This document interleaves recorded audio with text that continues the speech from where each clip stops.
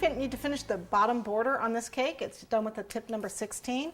And we're just going to go along the base all the way around to hide my board. So start toward the back. You know, I can't see it over here. Tip number 16. Whoops. It should go along the base of the cake.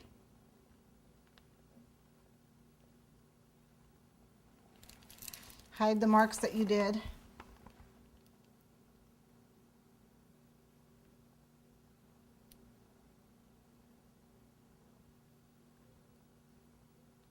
Whoops, little air in my bag.